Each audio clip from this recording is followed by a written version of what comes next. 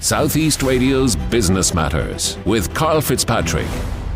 Well, Positive Carbon, which was co-founded by Aisling and Mark Kirwan, has enabled commercial kitchens to achieve a 42% reduction in their food waste and achieve significant cost savings in the process. The company's CEO, Mark Kirwan, joins us now to tell us about how this technology-led solution works. Mark, we'll be discussing how Positive Carbon is tackling the food waste problem within the hospitality sector. But first, I'd like to get an insight into your own background. Yeah, so thanks very much for having me, first of all. And I guess I grew up in Roscommon, always had a strong affinity for maths and physics, so I actually ended up doing a maths degree in college. But let's just say the structure of university didn't really pan out for me. So I left ultimately to start my entrepreneurial journey. From there, I ended up embarking on a fair few endeavors. So in my early 20s, worked as a web designer, software engineer, and threw myself into some sales roles with companies such as the Golden Pages and Auto Trader. And these experiences, in fact, led me to start my own company, Trawler. It was an online platform for selling cars on the internet at the ripe old age of 23. And despite its initial success, it didn't pan out. So luckily enough for me, this directed me to the food waste space, where I began working with food redistribution charity Food Cloud. And this is where I collaborated with retail giants such as Tesco's, Aldi and Lidl to help them with food waste solutions, help them minimize and redistribute their food waste. And it was here that I really started to realize the stark reality of food waste and its contributions to the climate crisis. I knew that tech had a huge potential to alleviate the climate crisis, so wanted to apply my tech skills to that area. The problem that you're attempting to solve with this is ultimately using technology to assist businesses to reduce their waste. How do you go about doing this? A nail on the head. Like it's a case of you can't measure what you can't see. So not a lot of businesses might know this, but anywhere up to 1/3 of food that is purchased in can go in the bin. And this causes a massive environmental impact, but also a massive economic impact. So it essentially boils down to, if you can see what you're not using, then you can bring in interventions and actions to stop that. Say if you're buying too much of one thing, or if you're over preparing of another thing, or something just isn't selling. I think one of the easiest examples that we have is essentially like one place we were working with had peas on the side of your plate, and every single time the peas come back, and it might seem like a small thing, like stop serving peas with the fish and chips, but if you're doing hundreds of these a day throughout the entire year, it adds up pretty quickly in terms of cost and carbon. What level of food waste are commercial kitchens generating here in Ireland? So according to the EPA, it's about €250,000 of food purchased in per site. And if you were to break that down, about 1/3 is over purchasing. So that's if you're buying more food than you need. It sits in the fridge. Another third of that is over preparation. So that's where you're, say, preparing a big batch of lasagna for a day, hoping to sell lasagna. You don't sell any. That goes in the bin. And then the other third is consumer waste. So that's waste that comes back from a plate, or someone doesn't eat all the food. And in general, that's how much it breaks down to. Talk to us about the technology and how it works. Yeah, so our technology is simply a food waste sensor, and it sits above the bin. Requires no interaction from the staff, no interaction from the kitchen. And what it does is it tracks every single thing that goes into the bin. So we use a wide variety of artificial intelligence technologies. So when you throw in your broccoli, you throw in your spinach, you throw in your beef, it detects specifically what that is and feeds it to the customer. And then once all that information is gathered and generated, it then displays it into dashboards, SMS alerts, phone alerts, which have interventions, actions, and insights based on your highest wastes. As you said yourself, say, for example, like you're over portioning food sizes, or you're buying too much sausages. And through these actions, then you reduce your food waste. And Mark, you've taken part in a number of accelerator programs across the country. So how has that benefited you on your pathway to growing this business? They've been absolutely fantastic. I guess you could divide it into 3 areas. So the first has just been the network and the community around those. I think when people set up companies and are entrepreneurs, you don't have a lot of colleagues in that sense. So having a network of people that are working on similar things, especially in the climate space and the startup space, becomes an invaluable resource. And secondly would be the customer relationships that we've ended up developing through these programs. They bring a lot of attention to the business, and it helps get those first stage meetings, which I think are always some of the more difficult ones to get. And then the third has just been in terms of fundraising and financing. They just add a validation point to the business, and help you really refine that pitch and that presentation for the business. And talk to us about the refined target market for your business. Yeah, so it's food service providers in Ireland and the UK currently. So if you look at restaurants actually have a pretty good hold on food waste, just because they do less portions than, say, a hotel. If you look at hotels, workplaces, hospitals, these are primarily where we work. Like a large hotel could do over 1,000 meals per day, a hospital over 1,000.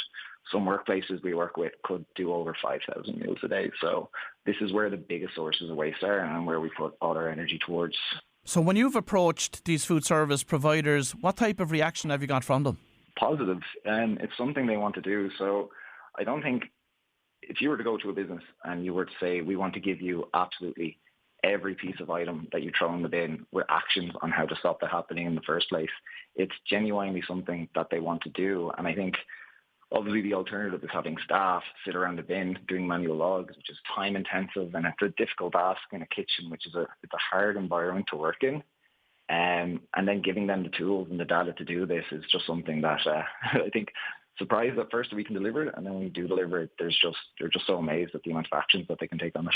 And of course, we all know that kitchens can be high pressure environments, but in addition to that, there's lots going on. So was it that food waste just has slipped down their priority list over the years? It's a difficult thing to get a handle on, just for a couple of reasons. So menus change every 2 weeks, and the average kitchen has a 75% staff turnover.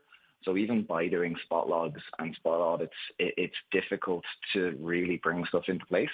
And I think technology is finally getting to a place where we can have these automatic labeling and these automatic tagging that make these things easy, because they are hard environments to work at. But like the biggest luxury in a kitchen is time.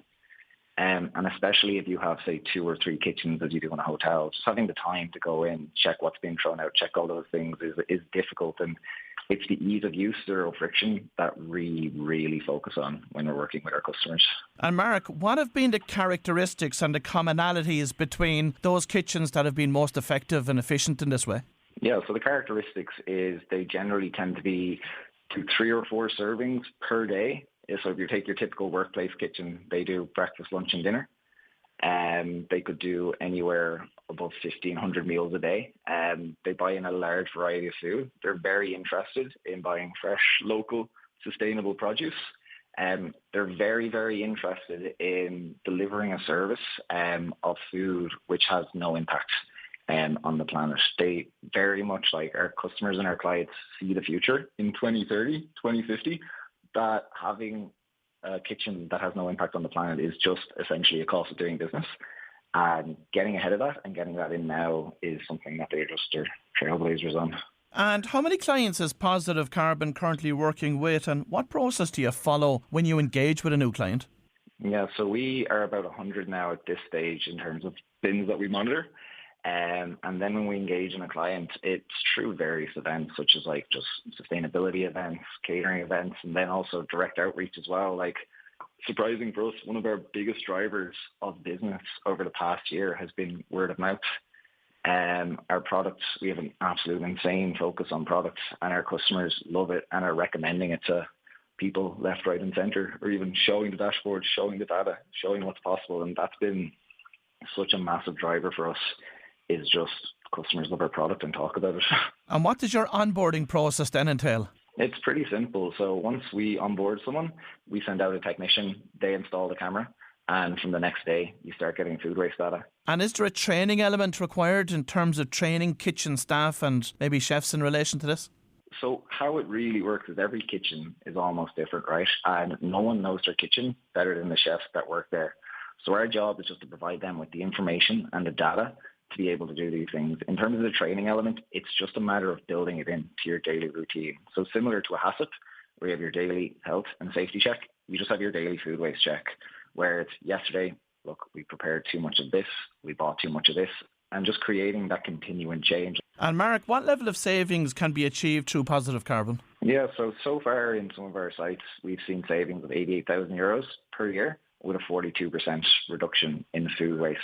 So if you analyse that over 5 years, it's close to €400,000 in savings over a 5-year period.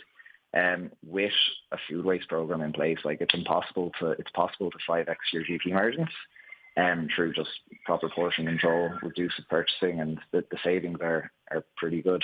Is there opportunities to integrate with any existing systems being used within this food service area? Yeah, 100%. So we're currently developing integrations for all your POS systems, like your Lightspeeds and your Squares, and financial accounting software, like your QuickBooks and your Xeros. This will allow us to get a full picture of what's going on. And it's just a case of that the more data we have coming in, the better incentives and actions we can generate for the customers. How have you been getting on with the likes of the Irish Hotel Federation and the Restaurants Association and others in terms of tapping into those networks with a view to growing the business through that? Yeah, we've met with the Irish Hotel Federation a number of times, and they've been fantastic. And even a close advisor to the company used to be the president or an ex-member of the Irish Hotels Federation, because they just see the savings very, very, very strongly just to the amount of food that they purchase in. Tell me about the greatest challenge that you've been faced with to date. In terms of the business, is just always finding great people that come join the business and to join us in the journey of reducing food waste. In terms of our customer uptake and our product development, like those have just been absolutely astounding in the progress we've made on that space. And where we put most of our energy is bringing more people into delivering a great product for the business. What are your goals for this business over the coming years? Yeah, the next big ones are international expansion. So we have big plans for this to be a global project. There's 15 million restaurants across the world, and we anticipate that some form of food waste monitoring will be in every single one of them. So how that looks in the immediacy is the UK, the US and the DACH region. Just the scale and scope of the food waste problem over there is just far, far larger. And we truly believe we can deliver an amazing experience and significant savings in those regions for potential customers as well. And it would be a lost opportunity if I didn't ask you for advice for anybody listening this morning that has an interest in starting a business that is carbon focused.